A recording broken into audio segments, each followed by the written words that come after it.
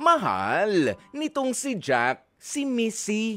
Oh, dahil nga raw love ni Jack ang live-in partner niyang si Missy, ay nagawa pa niyang tanggapin na rin ang anak ni Missy sa iba. Okay? Wala namang problema kung si Jack daw ang sumalo sa obligasyon sa tunay na ama ng anak ng kinakasama niya ngayon. Ang problema nga lang, daig pa raw ang Armalite kung magbunga nga ang live-in partner ni Jack. Ayun lang. Pero si Missy, may depensa rin. Sinasabi niya kasing mabarkada itong si Jack. Kaya naman mula dito lang, malapit lang sa atin, mula sa Davao sila. Mula sa Davao City, kausapin na nga natin. Missy, magandang tanghali sa'yo. Hello, magandang tanghali po. Oo, Missy, gaano na kayo katagal na nagli-live-in ni Jack? 13 years na po.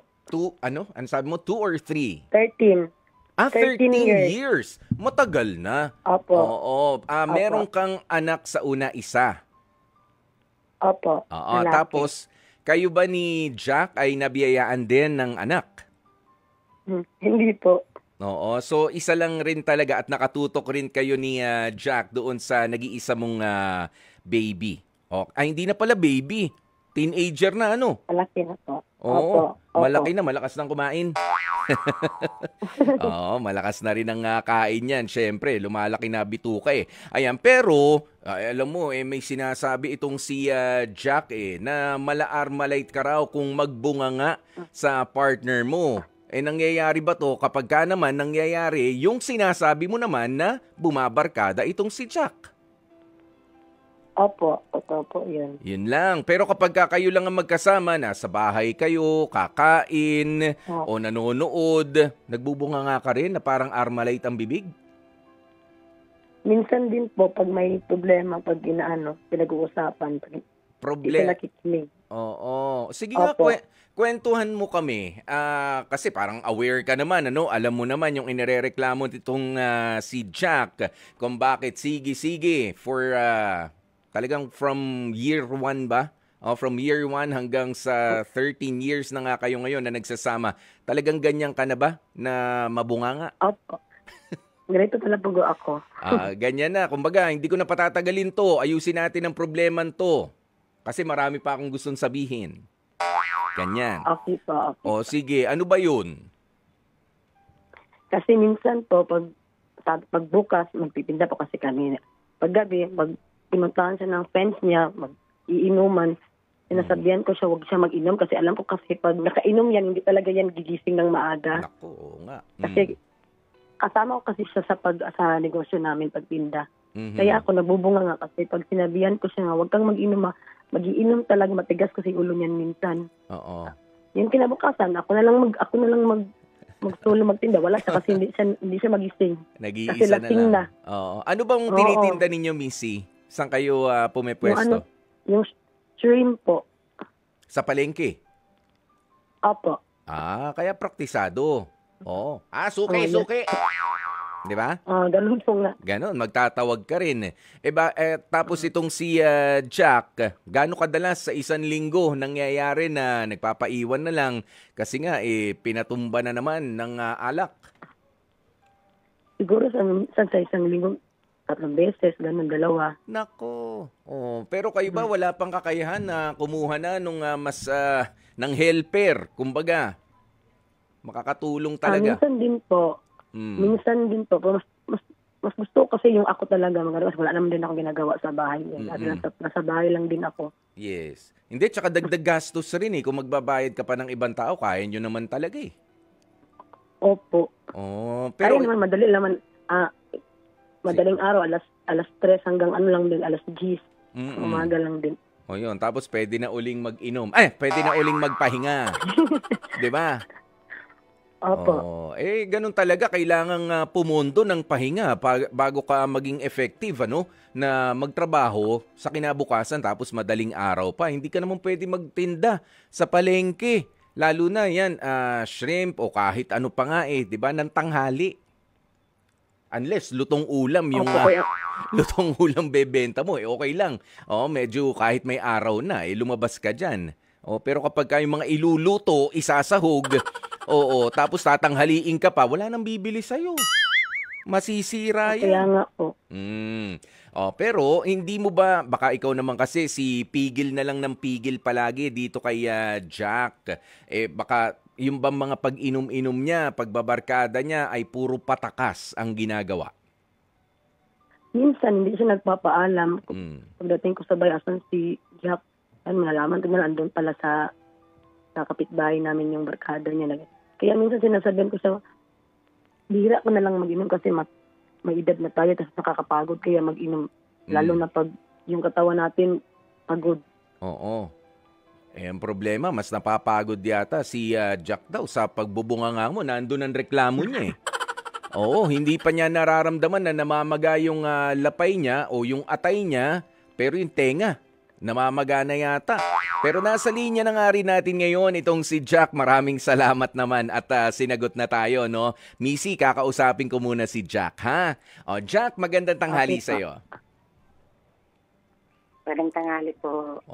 Kita nyo, ang boses talaga ni Jack, ay parang parang hindi talaga sumasagot kay Missy to eh. Paano nga ulit yun, Jack? Magandang tanghali po. Di ba nga? Ganyan ka ba sumagot kay Missy? Opo. Alam mo, parang mabait naman itong si Jack. O kaya siguro humingi na ng tulong sa programa natin, para maiparating naman dito kay Missy. Sabi mo rito, lagi ka nalang nabubungangaan. Patakas-takas ka naman pala, Jack, sa pag-inom-inom. Tapos sa gabi ka pa iinom. Minsan lang naman. Minsan mo raw umaabot ng 3 times a day. Ay, 3 times? 3 times Hindi a day? naman, mga 2 times lang. 2 times a week. 2 times to 3 times a week. 2 times a day lang. Ano? 2 times a week. Ayan, pero meron ka bang schedule ng pakikipagbarkada at meron ka bang meron kang anong tawag rito, yung oras lang. Kasi may maaga kayong Opo. Anong oras ka ba raw natatapos? Tapos ng pag uwi namin galing tinda, at matutulog kami, tapos pag magigising kami ng mga 5, pagtaas na yung kumain, yun, tsaka mga kababata ko lang naman po, tapos yan, sa tagalan namin, wala pa rin siyang tiwala. Alas 5 kayo nag-umpisa, paring Jack. Ha? Alas 5. Opo. Anong oras kayo matatapos? Mga 9, ganyan. 9. Ano 9? Naintindihan Opo. mo na yon? Kung di man ako nakauwi, 9 na uwi. Naintindihan mo na yun. Mga namimiloso pong mga lasing. Hindi ba? Totoo, lumalampas sa alas 9. Tama, Jack? Nakagalit po siya pag ang kinakagalit niya po yung paglalabas na kami, gano'n. Lalabas Doon pa. siya nagbubunga nga. Pepwesto pa kayo. Pero sinasabihan ko siya na, ipapaalam naman ako. Pag hindi siya papayag, hindi. Pero, bunga nga din ng ano niya eh. Bunga nga din, taratatat na. Ratatat. Bahala ka na dyan. Pero, bukas, yari ka sa akin. Ganyan. Pero, pinahayaan ka naman niya makapagpahinga, konti. Hindi. Hindi rin. Hindi rin. So kapag kagising niya para maghanda doon sa alas 3 ng madaling araw na pagtitinda sa palengke, nag-uumpisa na rin siyang bungangaan ka bago umalis ng bahay. Minsan, ganyan. Hanggang doon sa palengke, nakakabenta ba kayo? Opo, nakakabenta naman po. O kahit na ikaw ang binubungangaan niya at hindi yung mga at hindi yung mga suki nyo. Ha? Minsan nahihiya na po ako.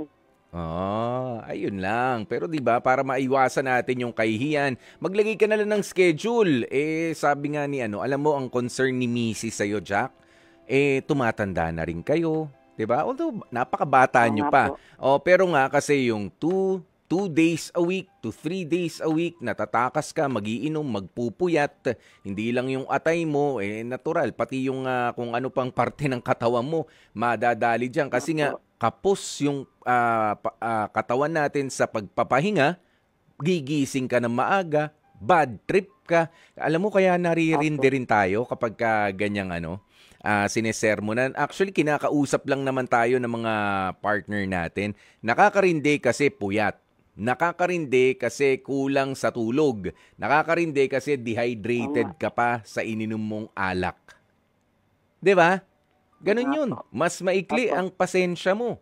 Oh, pero hindi naman ba kayo umaabot sa punto na nagkakapisikalan? Hindi naman po. Hindi naman. Tatanungin natin si Missy na Opo. nakikinig rin sa kabilang linya. Missy, hindi naman kayo maabot doon ha? Nagkakapisikalan? Hindi naman, hindi Nako, naman po. galit na galit si Kuya Poy sa mga pisikalan. Alam mo, hindi rin tayo naging perfect partner. Pero pagka dumating talaga sa pamimisikal, ay nako, iba ang stand ko dyan.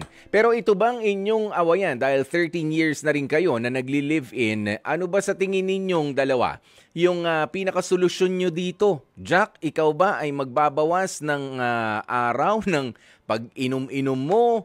O si Missy, kailangan gusto mong patahian yung bibig niya para hindi masyadong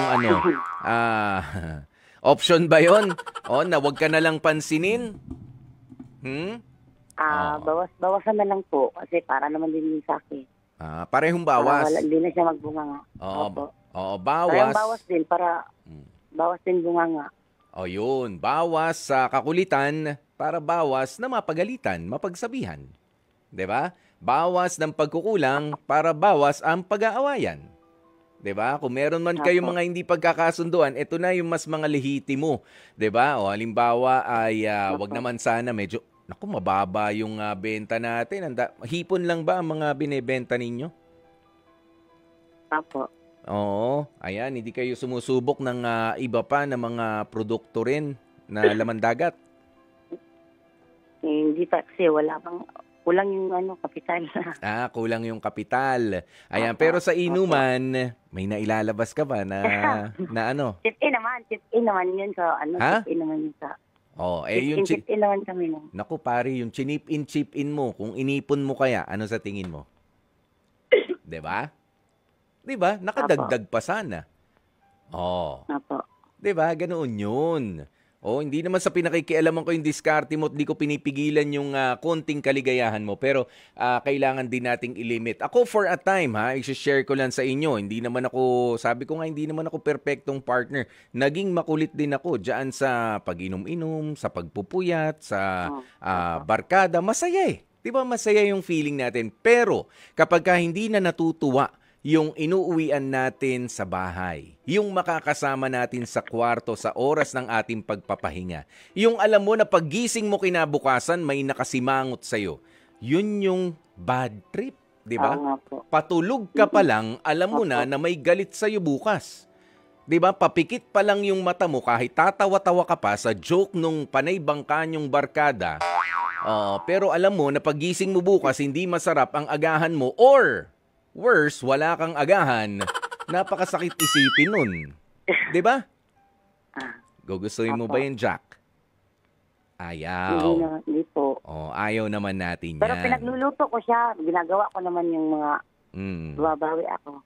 Oo, pero ba't kailangan bumawi? Kung pwede mo namang gawin yun nang wala kang binabawi, ginagawa mo lang siya dahil mahal kita. Pinaghahanda kita. At yung anak mo, anak na natin yan eh. 13 years na kayong magkasama, di ba? Ikaw na ang tumatayong ama nung bata. Tsaka alam mo, katulad niyan, merong batang involved na sa inyong relationship. Di ba? Pagka nagbubunga nga, nandun lang ba sa paligid ninyo itong batang ito, Jack? Hindi po. Minsan, nasa Minsan, diba? naririnig niya. Kaya, sinasabihan niya ako nung malaki na siya. Minsan na kay mama, ganyan. Pero 'di ba, nakikita nung bata, lalaki Sabi yung ko, anak ni Missy. 'Di ba? Baka akala niya na pwede yan kasi okay naman dun sa tinitignan kong tatay. Okay na, inom-inom din ako paglaki ko. Gusto mo ba 'yon? Hindi po. 'Di ba? Hindi nagiging magandang ehemplo para doon sa bata. Ganyan yan. Okay, Missy, meron ka pa ba mga gustong paalaala, sabihin dito kay Jack, ito na ang tamang pagkakataon. Dito mo na siya bungangaan in a good way. Okay, kahit wag ka nang sumigaw. Oo, marinig ka naman namin. Okay? Ito. Missy, sabihin mo na ang lahat ng nilalaman ng dibdib mo. Jack, minsan, magpaalam ka kung iinom ka tapos mas bawasan mo ng konti yung pagiinumin mo kasi kasama din sa katawan yon. Okay lang naman uminom, pero bihira lang. Drink moderately, kumbaga. Tapos, unahin natin yung panghanap buhay natin kasi kung magkakasakit tayo, wala tayong wala rin magagawa yung katawan natin. Importante talaga yun. Saka, pasensya ka na minsan kung lagi kung nabubungaan kita. Yun po. Mahal mo pa ba si Jack? Opo. Sabi mo sa kanya, ba't sa akin mo sinasabi? Siyempre, mahal ko po. Sabi mo nga sa kanya, ba't sa akin na naman sinabi? I love you, Jack. Ganun pala yung gusto. Oo, may feeling. So, Jack, ikaw ba naman, hindi pa maaantig yung damdamin mo na lahat ng mga pagbubunga nga na yun ay dahil sa I love you, Jack, na sinasabi ni Missy, mahal ka niya. O ano ba, may mga naipapangako ka ba sa kanya? O meron kang gustong pang-unawa rin na i-extend niya pa ng konti? Hindi ka pa naman siguro, mabubuhay ka pa sa loob ng 1 linggo nang walang alkohol sa katawan. Po. Ayun. O sige. O sagutin mo na yung mga sinabi sa'yo ni Missy. Diba? Hindi naman tayo ganito magtatagal ng 13 years kung hindi ko tanggap yung pagkabungangera mo. Pasensya na rin kung nag-iinap ako palagi. Mahal kita. Yan. So dito sa ating segment na HEART, o H, ang ibig sabihin ng H, papipiliin ko kayong dalawa. H, half and half, kahit na medyo meron na tayong pakiwari kung ano ang pipiliin nila. Ayan, ang letter E, i-evaluate. A, approve na approve. Or R, re-reject ba yan? Or letter T, let's try again. Ano ba sa mga letra ng salitang heart ang pipiliin ninyo? Ha? Missy? A. Approve na approve. Jack, ano ulit yung tawag mo kay Missy? Bebe Labs. Bebe Labs. Ang sweet naman. Bebe Labs. Maraming salamat sa inyong dalawa, ha. Pero, 'di ba, 13 years hindi na biro na pagsasamahan 'yan. Pero wag din para din doon sa ibang mga nakikinig nga sa atin, Jack and Missy, maraming salamat na hindi rin kasi garantiya na sa tagal ng ating pagsasama wala nang darating na mga problema, 'di ba? For as long as willing tayo na ayusin ang bawat hindi pagkakaunawaan, 'yun ang importante. Dahil kapag wala nang pakialam sa atin ng partner natin, problema rin yun. 'Di ba? Kumbaga parang, sige Jack, gawin mo na yung gusto mong gawin dyan, bahala ka sa buhay mo, hindi rin maganda yun. 'Di ba? Kaya maintindihan natin na kahit na ang dating sa atin, binubungangaan mo ko, napapahiya na ako sa iba. Alamin muna natin, bakit ka nga ba binubungangaan at bakit kailangang mapahiya ka sa iba? Siguro nga kasi may ginagawa kang hindi maganda, may ginagawa kang mali para sa relasyon ninyo, at ang nakakahiya pa ay may ginagawa kang mali para sa sarili mo, na concerned lang naman yung tao. Dahil ako naniniwala hindi mag-iingay ang partner natin kung sila ay walang pakialam din sa atin. But of course, sa mga katulad naman ni Missy, pipiliin lagi natin yung mga tamang salita. Huwag yung masyadong mga masasakit at nakakapampababa naman na ng pagkatao. Oo, sa iisang tahanan kayo nakatira, Ha, merong bata na nakakapakinig ng inyong conversation, ng inyong pag-uusap. 'Di ba? Huwag nating hayaan na maging normal sa kanila yung mga murahan, yung mga pagsisinuhan, 'di ba? Mga sumbatan, pag-aawayan, kung may hindi pagkakaunawaan na kailangan pag-usapan, palayuin yung bata o kayo mismo magkulong muna sa isang kwarto, doon kayo mag-usap kung gusto ninyo. Okay? Kailangan maging responsable tayo. Okay?